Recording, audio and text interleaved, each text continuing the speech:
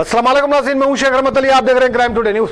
नाज़रीन, मीरालम ईदगाह के पीछे का जो तालाब था मीरालम, वो आहिस्ता आहिस्ता कब्जा होता जा रहा है और आप देख सकते हैं कि किस तरह से बड़ी तेजी से काम चल रहा है। पूरी तरह से ये तालाब तो खत्म हो रहा है और आहिस्ता आहिस्ता ईदगाह की जो जमीन है वो भी कहीं ना कहीं कब्जे हो रही है। कौन है इसके जिम्मेदार?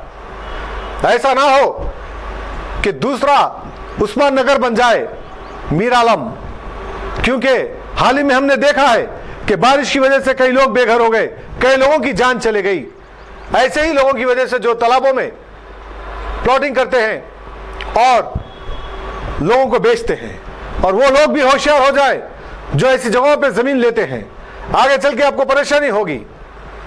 आए दिन हमारे शहर हैदराबाद में जमीनों को कब्जा करना, चाहे वो किसी की भी जमीन हो, प्लॉटिंग करना और अपने रुसूखात दिखाते हुए इस तरह से कामों को अंजाम दिया जा रहा है। और पुलिस, रेवेन्यू डिपार्टमेंट, जीएचएमसी, हुकूमत खामोशी इख्तियार की हुई है, क्योंकि कहीं ना कहीं उनको भी ये हिस्सा जाता है।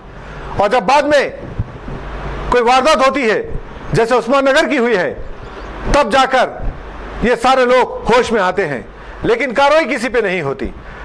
अगर उस्मान नगर को भी रोका जाता तो फिर तो लोगों की जान नहीं जाती, और उस वक्त पे जो ऑफिसर्स थे उन पर कार्रवाई करने की जरूरत है, और इस वक्त भी जो ऑफिसर है कार्रवाई करने की जरूरत है। किस तरह से एक बड़े पैमाने पर माफिया चलाया जा रहा है।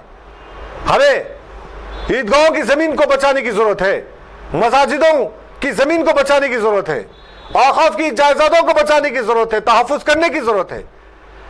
कोई डिपार्टमेंट आगे नहीं आएगा इसका तहफ्फुज करने के लिए, क्योंकि हमने देखा है किस तरह से वक्फ बोर्ड काम करता है। वक्फ बोर्ड पूरी तरह से लुटेरे बैठे हैं वक्फ बोर्ड में, और कोई काम नहीं होगा। इसी तरह से हुकूमत भी नहीं चाहती कि औकाफ की जायदादों का तहफ्फुज हो। कोई सीरियस नहीं है। ये हमारी जमीन है तो हमें इसका तहफ्फुज करने की जरूरत है, कब्जे से बचाने की जरूरत है, तभी जाकर बची कुची जो जमीन है वो बचेगी। वरना अगर इनके भरोसे पर रहेंगे तो आहिस्ता आहिस्ता सारे ईदगाहें कब्जे हो जाएंगे, तालाबें कब्जे हो जाएंगे और कोई पूछने वाला नहीं होगा। ऐसे लोगों की हिम्मत बढ़ती जा रही है, कब्जेदारों की, क्योंकि उन्हें पता है कि नीचे से लेकर ऊपर तक करप्ट लोग हैं और कोई कुछ नहीं कर सकता। हम उम्मीद करते हैं कि पुलिस, हुकूमत, वक्फ बोर्ड, जीएचएमसी फौरन कार्रवाई करे ताकि ये कब्जे से बचाया जाए।